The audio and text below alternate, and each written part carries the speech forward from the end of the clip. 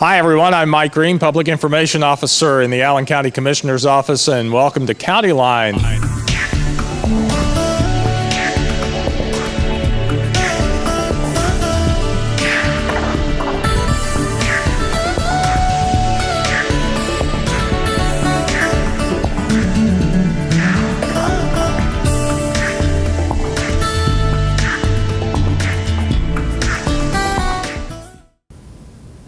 Hi everyone, I'm Mike Green, Public Information Officer in the Allen County Commissioner's Office, and welcome to County Line, the program featuring news and information about your county government. Each year in the month of May, a special Law Day ceremony is held to recognize the various contributions from our men and women of law enforcement here in Allen County. Along with various awards presented to those officers, a number of citizens who aided the community in that year are also honored. Here now are some highlights from the 2013 Law Day ceremony, which was held May 14th in the rotunda of the Allen County Courthouse. I will say this award ceremony is an interesting process to go through because, as you all know, every day we have officers doing very good things. The process begins with either a citizen or a command officer putting an officer in for an award to be recognized for a job they've done. We have a committee then of command officers that sit together and decide who's going to get something this year and what are they going to get. So this is just a very small portion of the officers that do great things every day. It is an honor to be the sheriff of this department, which is the greatest department in the state of Indiana. Each one of us works every day to make sure of that. And we have partnerships with the Fort Wayne Police Department and local federal agencies here to make sure that we protect you the way you should be protected. And I owe it all to the officers that work for us. They're the ones that are out there every day, working at the jail, working on the traffic and communications, making sure that you guys get the service that you should get. And I continue every day to hope that we can do better and better, because good is never good enough. I tell them all what we've done well today, we can do better tomorrow. And with that, I'm going to have Chief Gladio come up and we'll begin the announcement of certificates and get the process going. Chief?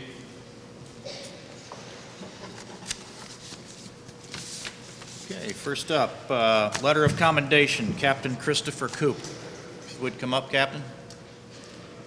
On April 10th, 2013, Captain Coop assisted the Fort Wayne Police Department with an armed robbery home invasion that occurred on Hobson Road. By way of blending in with other cars using his unmarked Dodge Charger, Captain Coop was able to locate the vehicle and relay the information back to dispatch. Captain Coop followed the Silver Mercury until backup units arrived in the area and then attempted a traffic stop on the vehicle. This turned into a brief pursuit, which ended with a total of 3 suspects being taken into custody. Because of your diligence and attention to detail, the Allen County Sheriff's Department wishes to commend you for your actions.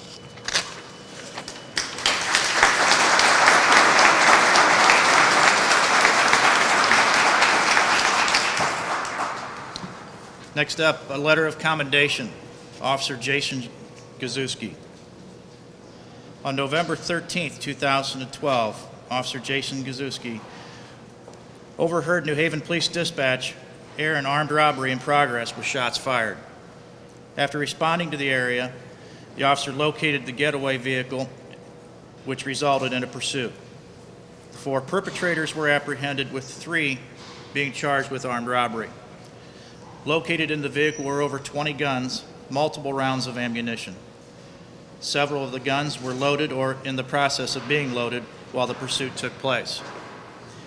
Due to the initiative and decisiveness of Officer Gazuski, he was able to bring the volatile situation to a close without incident. Tyler Harris will be accepting his award today.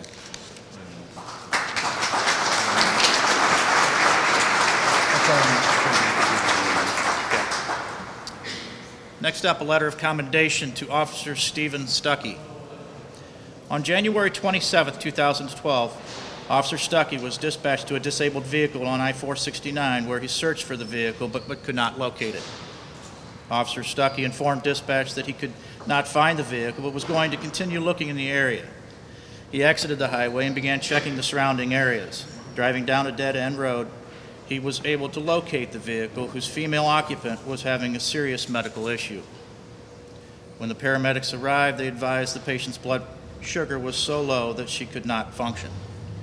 Officer Stuckey's willingness to go above and beyond by checking the surrounding areas prevented tragedy from happening. The Allen County Sheriff's Department commends your actions and thanks you for your service to the department and to the community. His Command Officer, Al Cook, will be accepting his award.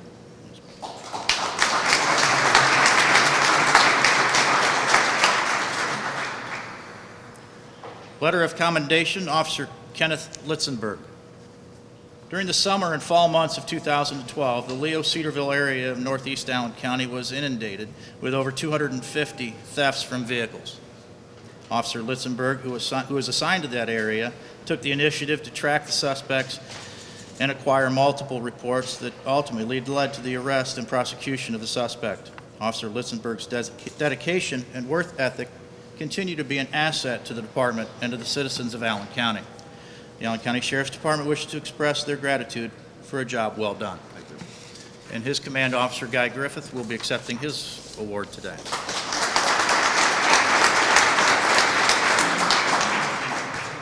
Next up, letter of commendation to 4 officers: Corporal Tyler Harris,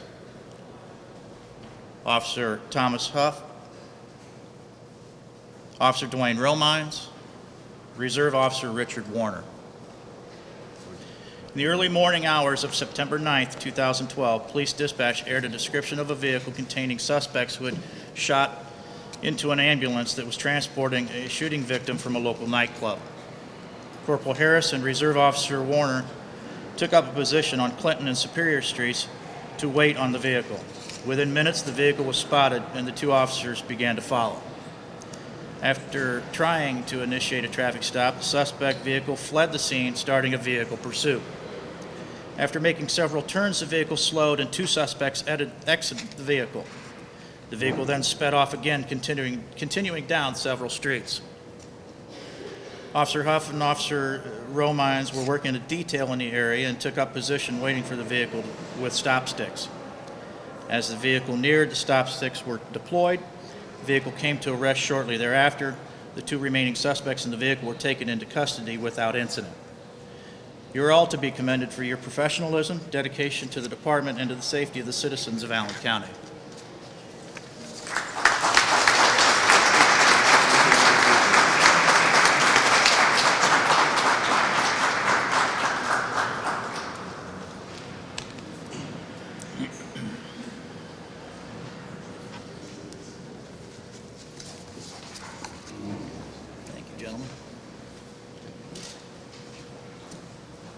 Next up, letter of commendation. Retired Sergeant James Rye, Corporal Alan Cook, Officer Ronell Ronning, Officer David Bleakey, Jonathan David Bleakey, goes by JD, not here today, Officer Jason Baker, Fort Wayne Police Department Patrolman Matt Bell. None of them are here. On the evening of February 20th, 2013, the Allen County Police were dispatched to a suicide threat involving a man with a gun. The man was located in a pole barn holding a gun to his chest, stating it was time to end his life. Sergeant Rye spent more than an hour in extremely frigid weather conditions trying to convince the man to put down the gun.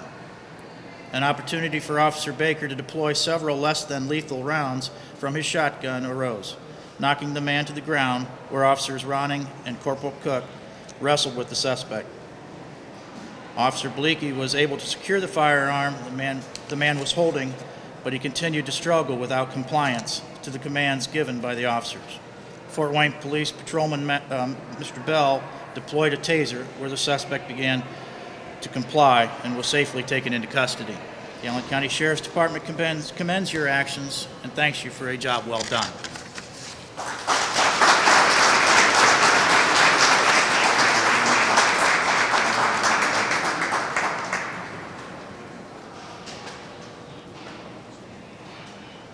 Letter of commendation to the following officers: Lieutenant Michael Vaughn, Lieutenant Michael Vaughn, Officer Warren Coonrod, Sergeant Dean Hoffman,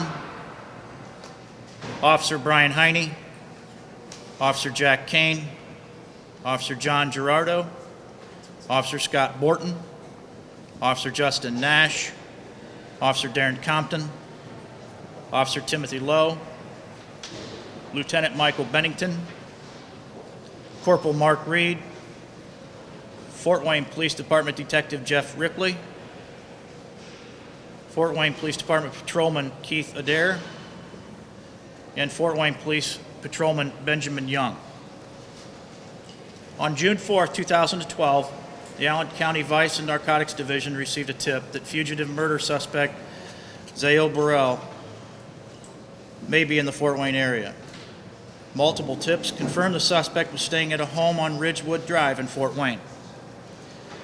Vice and Narcotics Lieutenant Michael Vaughn requested a perimeter of unmarked police vehicles be set up around the house, consisting of the Allen County Drug Task Force, Safe Streets Task Force, the Allen County Warrants Division, Fort Wayne Police Narcotics Division, and an Allen County Sheriff Canine officer. The suspect was observed leaving the house with several people in a vehicle. Officer Brian Heine was instructed to perform a traffic stop on the vehicle, which he did, but the vehicle did not stop, and a pursuit ensued, with the suspect extending the firearm out the window, pointing in the direction of Officer Heine. Thanks to several units, the vehicle lost control and spun out with the pursuit ending in a parking lot where people in the vehicle were taken into custody without shots being fired. Due to the professionalism and courage of each of the law enforcement officers who participated that day, a murder suspect was brought to justice, receiving 105 years in prison. The department would like to recognize your service to the department and to the safety of the citizens of Allen County.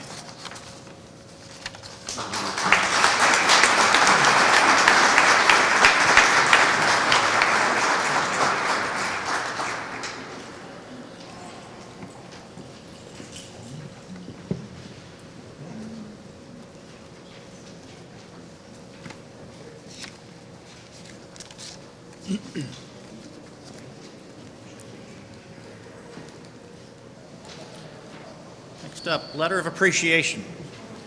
Confinement Officer Thomas Waycasey. In the late hours of September 28, 2012, Confinement Officer Thomas Waycasey was off duty on his way home from work in his personal vehicle when he noticed a disabled vehicle on the side of the road. Officer Waycasey stopped and exited his vehicle to find a citizen struggling to change a flat tire without a tire jack. Officer Waycasey then drove to his home, retrieved a tire jack, and brought it back to the scene of the disabled vehicle and proceeded to change the citizen's tire. While off duty, Officer Waycasey still took the time to go above and beyond to help a citizen of our community. The Allen County Sheriff's Department wishes to express their gratitude for a job well done. Accepting his award today is Jeff Kramer from the Confinement Division. Just a slight note here, Officer Waycasey is a civilian confinement officer. It's not his job to do what he did that day, so we think that's pretty nice of him to go above and beyond.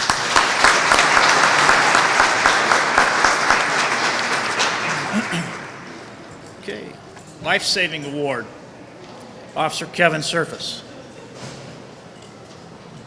On the morning of March 6, 2012, Officer Surface responded to a residence in reference to a male subject who was not breathing. Officer Surface was the first to arrive at the scene, entering the home to find a victim unconscious and without a pulse. The officer immediately began chest compressions on the victim. Shortly before the medics arrived, and the subject began to breathe again on his own. Medical personnel arrived at the scene and then took over and transported the victim to the hospital. Because of Officer Surface's actions that morning, a life was saved. You are to be commended for your professionalism and dedication to the Allen County Sheriff's Departments and the citizens of Allen County.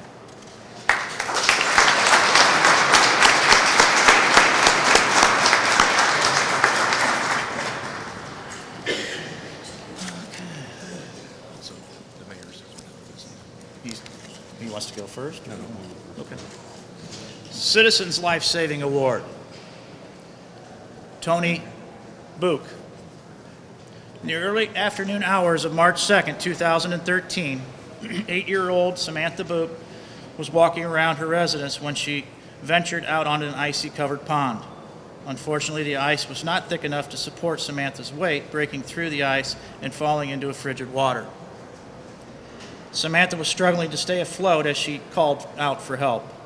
Tony, excuse me, her 12-year-old brother, was outside hearing Samantha's frantic calls for help, ran to the pond and entered the icy water, attempting to rescue Samantha. Tony was able to grab onto Samantha and started to pull her towards shore while yelling for help. Their father, Dale Book, heard Tony yelling and ran towards the pond, entering the water, and was able to push Samantha and Tony to a shallow area. Tony was able to pull himself and his sister onto the shore area where Tony started CPR. Dale then took over CPR, and Tony ran into the house to call 911.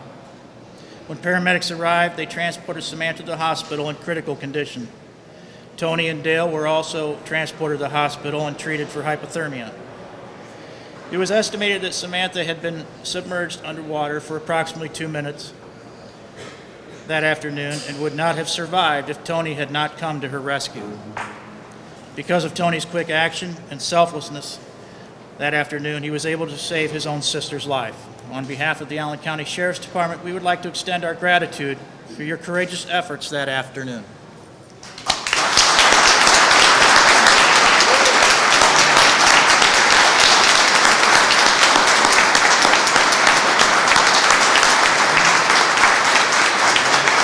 Next up, Bronze Star of Merit, Officer Alan Cook.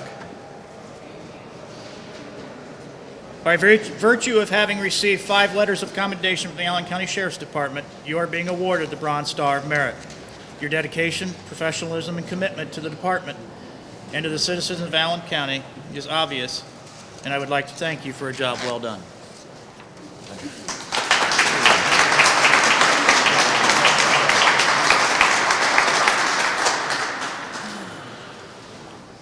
Gabe here. Next up, Bronze Star of Merit, Officer Gabriel Furnish, Officer Brian Jarbo. In the beginning of 2012, warrants officers Brian Jarbo and Gabriel Furnish set a personal goal to obtain 500 street arrests. At the conclusion of 2012, not only did they meet their set goal, but due to their tenacity and dedication, they exceeded that number by 30 arrests.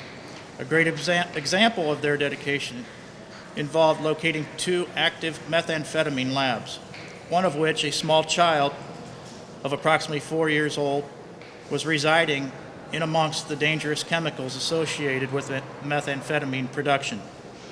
Thanks to Officer Jarbo and Officer Furnish, the child was removed from a very dangerous situation.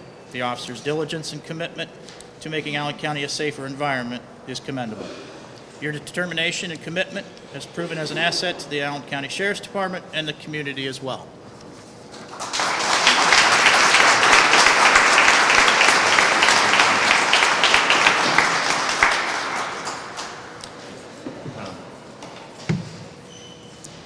The next award should have been maybe in last year's ceremony. However, it was delayed due to the criminal investigation that went on for quite some time.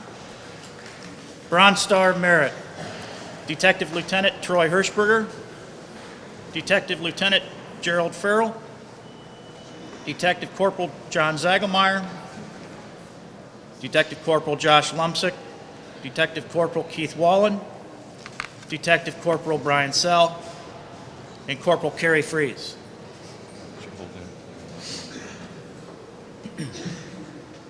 On December 23, 2011, the Allen County Sheriff's Department was alerted that a 9-year-old girl by the name of Aliana Lemon had gone missing. Corporal Lumsick responded and conducted a preliminary investigation with the assistance of various patrol units. That preliminary investigation lasted for several hours. When all leads were exhausted, the Criminal Investigation Division lieutenant was contacted for further guidance. Lieutenant Hirschberger and Lieutenant Farrell made the scene, and it was determined that a preliminary investigation would be terminated in the early morning hours of December 24, 2011, and that a full investigation regarding the missing girl was warranted. A command post was established, and contact was made with the FBI as well as various fire departments requesting assistance in the search for Aliana. The investigation continued throughout Christmas Day and into Monday, December 26th. The polygraph exam was conducted by Sergeant Zagelmeyer on the preliminary suspect, Michael Plumador, who in fact failed the polygraph at that time. Sergeant Zagelmeyer, Corporal Wallen, and FBI Special Agent Rusty Loran proceeded to interview the suspect, eventually obtaining a confession into the murder of Aliana Lemon. Multiple crime scenes were established, and Corporal Kerry Freeze was responsible for recovering 172 pieces of evidence. Subsequently, Michael Plumador was arrested and charged with the murder of Aliana. He pled guilty May 11, 2012, and he was sentenced to life in prison without parole. The Allen County Sheriff's Department wishes to commend you for your relentless commitment to this investigation and serving the citizens of Allen County.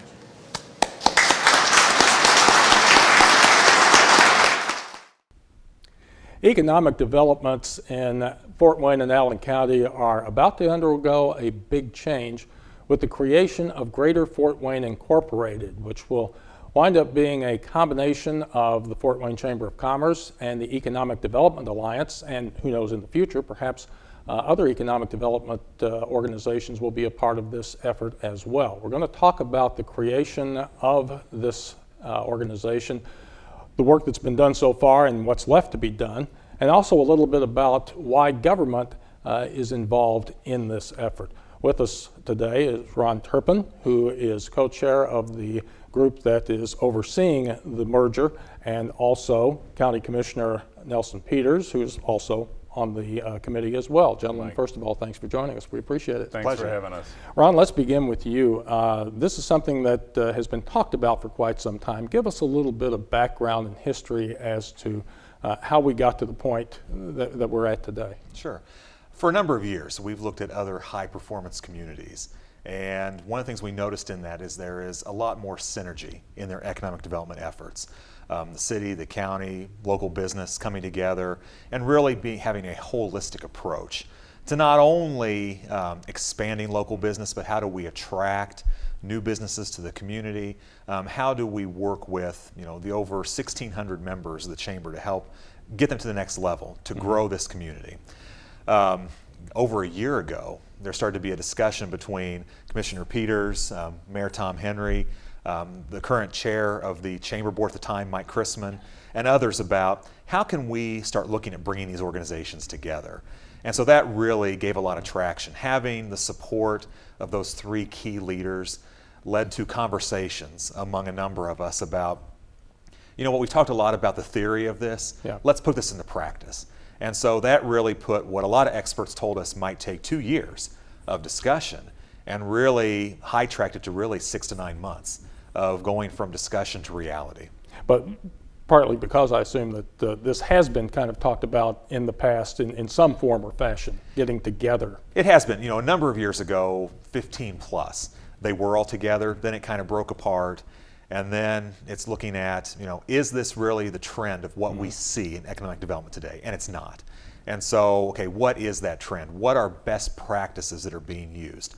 And how can we make Allen County as attractive economically as possible? And this is what a best practice is. So that's what we're moving back to. Okay, so what we have what we're working toward right now is Greater Fort Wayne. Kind of explain, I did a little bit at the outset, but explain what Greater Fort Wayne is composed of as of right now. Sure. For this group in particular, it certainly would be the city of Fort Wayne, but in also looking at Allen County holistically. So county government as well as the different municipalities and local communities that comprise that. So even though it has the Fort Wayne in there, it really is, we have to have a strong Allen County to really get where we need to be economically. And so that is really involving the entire community. Both the county, we've got Mayor McDonald from New Haven on our board. We have, it's really looking at the entire community, knowing that if we have a strong community, Allen County, we can achieve what we're looking to do. Commissioner Peters, you've been involved in these talks in previous years as well. What's county government's interest in this? What's its involvement? Mike, right now, not only county government, but city government have been the major funders of a lot of the economic development related activities in Fort Wayne and Allen County. And we put in about $250,000 a year. The city does the same, and then city utilities has a piece that they've put into the overall funding stream up to this point. Part of what this entire exercise was about was really creating an awareness amongst public sector participants in Fort Wayne and Allen County that in order to achieve what it is we want to do on an economic development basis, we've got to have a partnership, a greater partnership between the public sector and the private sector. And so the neat thing that's happening right now is we do have private sector people coming to the table who are really kind of energized about the idea, about the vision for the future, and have a willingness to jump into the game right now and help with the funding, which is a portion that they've turned their backs to up to this point. We do have a fundraising initiative currently in process, and we believe that through those efforts, we're going to be able to bring the private sector to the table, and we're going to take some of the funding that goes into economic development here locally to new heights. Has there been something that's triggered this in the last several months that has allowed this to pick up steam and move it toward reality? You know, I think it's really the realization that there were too many economic development related tentacles out there.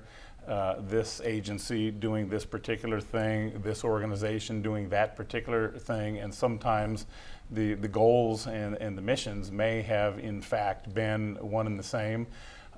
We have a great group of private sector representatives right now who recognize some of the groundwork that's been laid in the last few years and the need to really push this thing ahead. There is candidly a partnership between the city and the county that I believe hadn't existed in many years in the past that I think has helped facilitate some of the energy that's behind what it is we're doing right now. Ron, you have a name for the organization, you have a logo for the organization, but do you have a working idea of exactly who's going to do what within the organization? And from a staffing standpoint, do you keep pretty much the same staffs from these agencies, or is that still among the things that you're working on within your committee? Sure. There's a number of pieces we're looking at, and first would be, Greater Fort Wayne Inc. is the overarching organization. We are in a CEO search right now. We have engaged a nationally recognized firm who specializes in organizations like this. The commissioner is chair of that search committee for us to help identify the attributes that we are looking for in that person, as well as screening for us. We hope to have someone on board in the next 60 to 90 days. But with that, there would be different sleeves basically within the organization. An economic development piece that would be kind of the old alliance. Member services that would serve the 1,600 plus members of the chamber. There would be marketing efforts. There would be downtown improvement efforts. So each of those sleeves would have community leaders assisting, as well as professionals working that would report up to Greater Fort Wayne to kind of achieve the overall goals that we have set for the organization. Ron mentioned the importance of making sure that this isn't just Fort Wayne Central organization, but that it goes out into Allen County as well. Have there been any discussions with some of the other economic development related agencies in Allen County, the New Haven Chamber of Commerce, Grable's Chamber of Commerce, the Hoagland Area Advancement Association?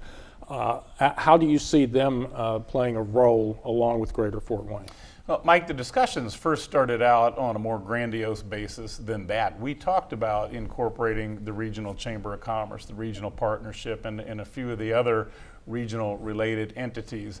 But some of the folks, rightfully so, at the time said while it is a noble undertaking, perhaps you need to learn to walk before you can run. So we did back off and suggested the Downtown Improvement District, the city, the county, the chamber, and the Fort Wayne Allen County Economic Development Alliance were probably the appropriate pieces to begin this initiative. Now, the discussion has been that we need to, as much as I hate to as a government guy suggest we need to allow room for growth, in this particular case I think we truly do.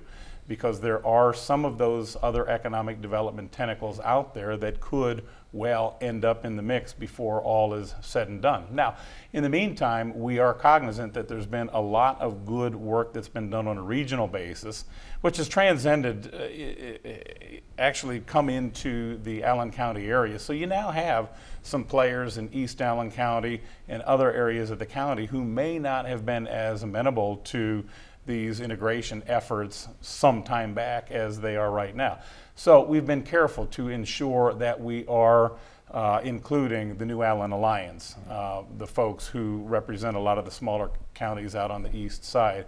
We have been very careful to ensure that Mayor McDonald from New Haven has a seat at the table. We are aware of what's gotten us into some of the troubles before, and ensuring that we don't repeat those mistakes in putting this thing together. So there is a seat at the table for folks throughout Allen County, the east side, the west side, the unincorporated area, the city of Fort Wayne, and we'll continue to monitor that as we move this process forward. You're still in the CEO search. I assume once that person gets on board, you're going to look to them also for some guidance in putting this organization together. So realistically, how long are we talking about before we say we really have a Greater Fort Wayne Inc. put together? Yeah, I would think that we're looking for the initial board to be seated probably sometime around October 1st. My hope would be if you bring a CEO on board, you know, in the August timeframe, September, something like that, I would envision that one of the initial conversations of the new board would be that strategic plan of, you know, we as a transition board have kind of envisioned, you know, here's where we'd like to go. We need to have this new board put kind of meat on the bones for that and basically build that out. And what does that mean? And what other partners are essential to make that work? You know, looking throughout the community, as the commissioner said, but also looking at, are there other players that have an important part in economic development that may not look at it that way today? You know, knowing that quality of life is important to economic development. You know, companies will not locate here if they don't feel that their employees will have a robust quality of living. So do we bring people like that to the table as well? And how do we incorporate that, you know, really into putting a vibrant community together? So my hope would be is that before the year closes out, you will see a lot of traction on that, and there will be a lot of visibility in the community for a constituted Greater Fort Wayne Inc. This probably isn't a fair question, but you always love to talk about looking into crystal balls, so I'll ask you to look into crystal balls. And maybe some of this is based on the experiences that other communities have had in this project as well, but how long does it usually take once this organization is established to start seeing some fruits come in? Well, I can speak to the Louisville and the Lexington models. I can speak to the St. Louis models and the Spokane, Washington, and Oklahoma City models to a little extent. And those all within a 2-year period of an inception had done some great things in terms of creating a visibly different landscape in economic development for the people in those respective communities. Can you give me some examples of in what way they changed the landscape, or what you're looking for, either of you, as far as changing the landscape here in Fort Wayne and Allen County? Now, Oklahoma City, as they began to grow and as they began to put things together, basically went to the people and said, here's a package of things. This is what their Greater Fort Wayne Chamber did. Here's a package of things that we think will really help move this community forward. One was an Olympic rowing venue downtown. The other was a stadium, which is where the Oklahoma City Thunder now play. And there were a convention center, a few other things, and they went back to the people and they said, you know, we need your help to begin to put these things on the map. The people came back and the people said, you know, we're willing to do a 1-cent sales tax. No, I'm not advocating a tax, but this is how they got involved. And in doing so, they had about 8 or 9 projects that had been promised in a 10-year period done. The tax sunset, they went back to the people. They had another 8 or 9 projects that they felt could be done in terms of enhancing job creation and improving the quality of life in the community. And by 2010, another number of those jobs, all of those jobs had been completed, and it's my understanding that in 2010 they went back to the taxpayers again to try and re-up that 1 penny, and they've continued to find great successes out there. A lot of importance talked about growth as far as bringing new business and industry into the community, but Ron, just as important, I'm sure, for this organization will be growth among existing businesses and industries that are already here. Yeah, we can't lose sight of the fact of the 1,700 current chamber members. The vast, vast majority are small business. You know, folks that are 20 or less employees. And, you know, we focus on, you know, my employer that has 2,000 here, or the GMs or Parkviews or Lutherans. You know, they're important to the community, but, you know, the bread and butter of the historic chamber has been small and medium business.